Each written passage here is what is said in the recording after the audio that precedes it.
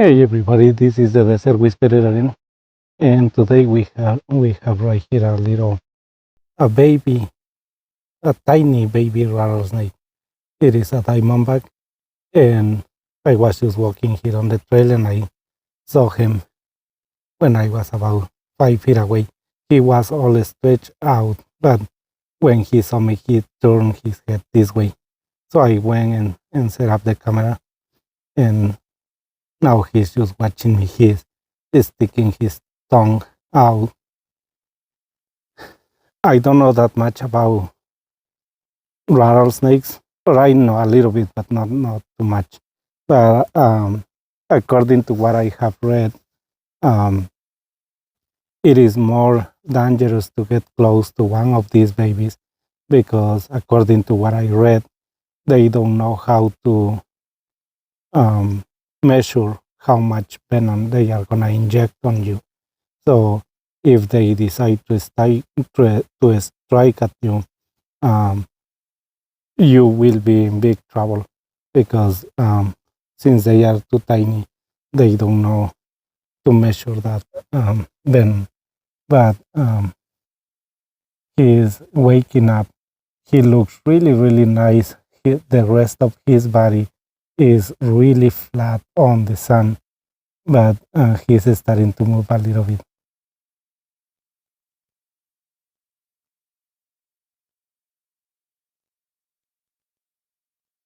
He's rattled. He has a little tiny button at the end of his tail, so that's the way you can tell he's a baby.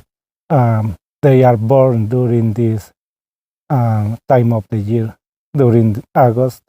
That's when they are born. So he just came out of the den, and by the size, I can tell that his den is close by because his is still very tiny.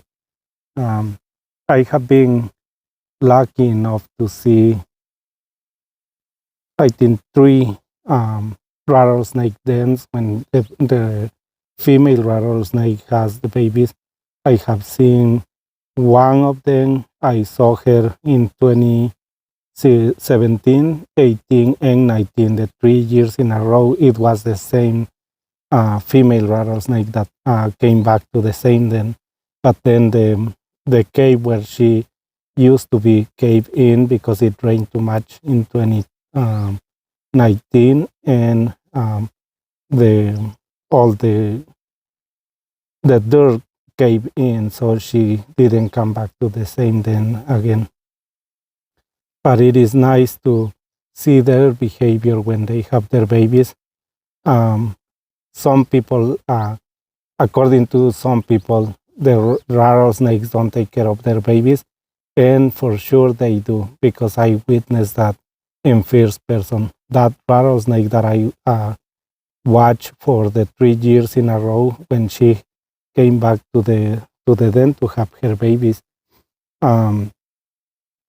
She stayed with her babies for about 2 weeks and then she went away. But every time I came back to the den to get pictures and videos of the babies, she was maybe 5 feet away from the den. And then as soon as she saw me, she would come back to the den just to keep an eye on her babies. So I know for sure that they care about their babies. It is not like some people think that they just give birth and then they leave them alone. After about 2 weeks, the babies shed their skin for the first time, and that's when the babies start moving away from the den, and that's when they start going away from their mother.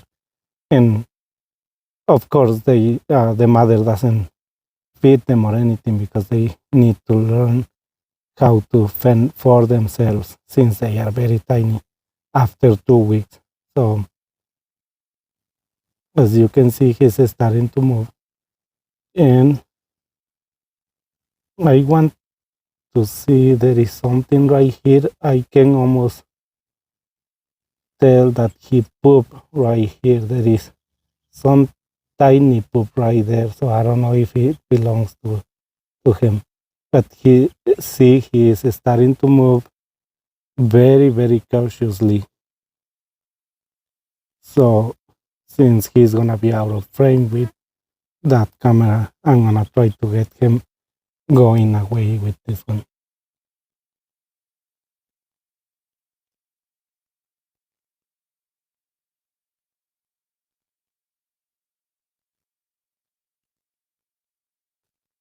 But see, even though it is a little bit more dangerous to get too close to this, if you don't move too crazy around them, they just move very slowly like this. They don't try to attack you or anything.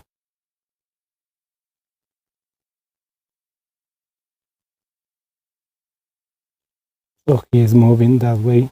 Let's follow him for a little bit and see what he does.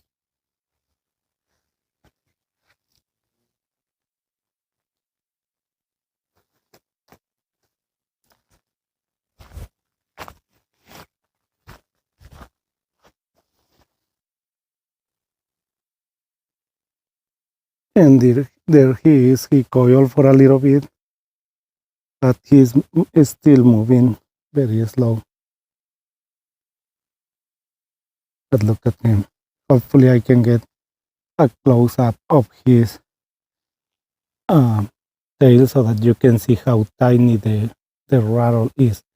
And even if he's moving his rattle, but because they don't have anything, you don't hear any noise. But see, that's the little rattle.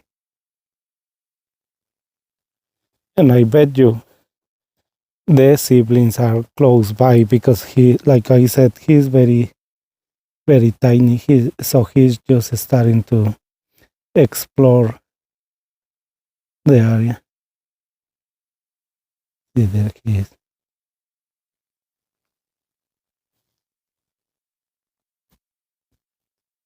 So I zoom in so that way I don't have to get the camera too close to him, because when they are this tiny, they don't see the difference between food or predators, or they just feel threatened very easy, so they attack anything that tries to get close to them. See, but that's his little head, and the little tail is back here. See, now I zoom in so that way I don't have to get the camera very close to him, and hopefully we can see that little tail right there. Now he's coiling a little bit. Hopefully we get to see a little bit more of that, of the little bat on his tail.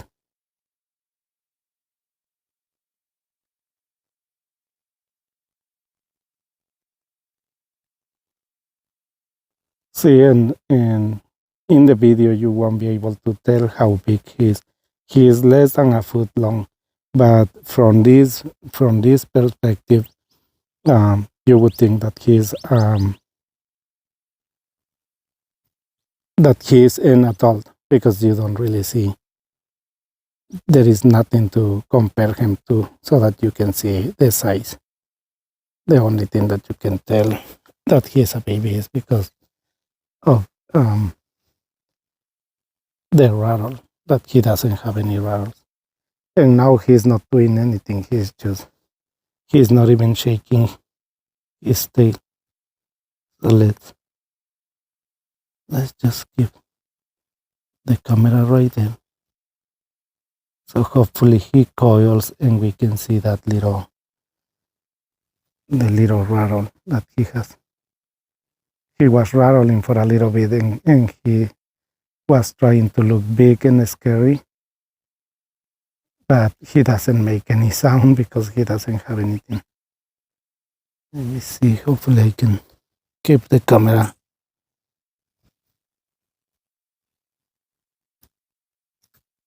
Hopefully I can hold the camera still so that way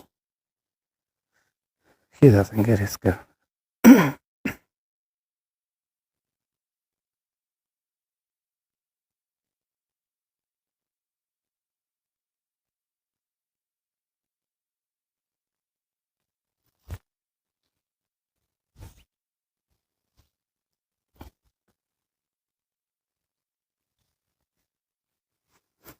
I didn't think I was going to see any rattlesnakes tonight because um, I kept hiking and looking around.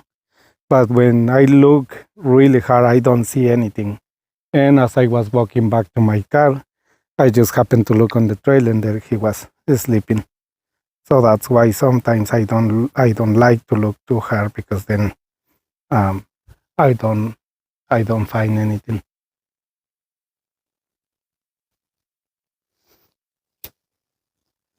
But see, it is surprising how tiny they are and how they have to learn to fend for themselves. And actually, road runners, they are very easy prey for road runners at this stage of their life because road runners are really fast. And if a road runner catches them by their head, then they are done. So a lot of them become road runner food.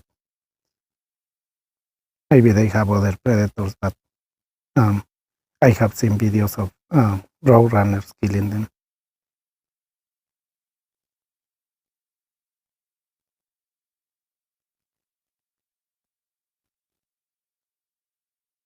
So see, he didn't finish coiling up. I really wanted to see the end of. I wanted to show you the end of the tail. But when they are this tiny, I like to take a little stick and pet them on the head like that.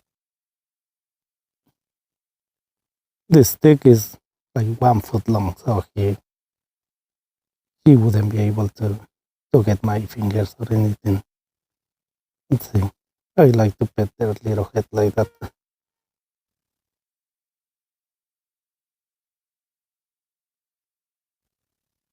If they were not venomous, I would like try to hold them because I bet you their skin feels really, really soft.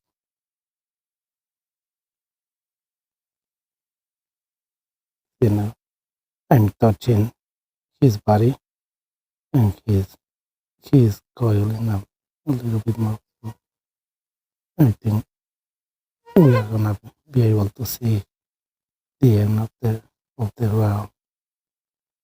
So let's see.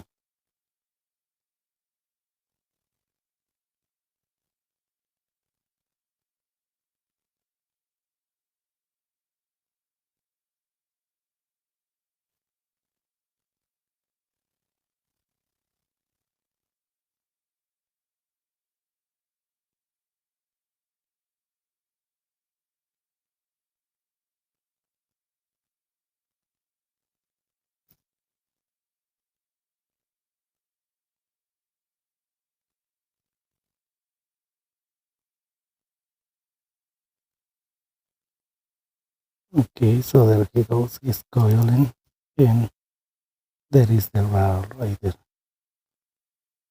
And you can tell since they are very tiny.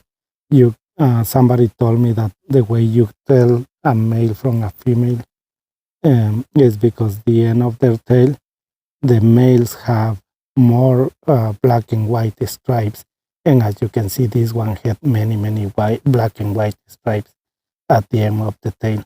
So this is a male Western diamondback, and he's very cute and tiny. Look how he coiled right there. So we are gonna leave him alone. I just wanted you to learn a little something new if you didn't know what I just told you. But I hope you enjoyed the video, and I will see you in my next adventure.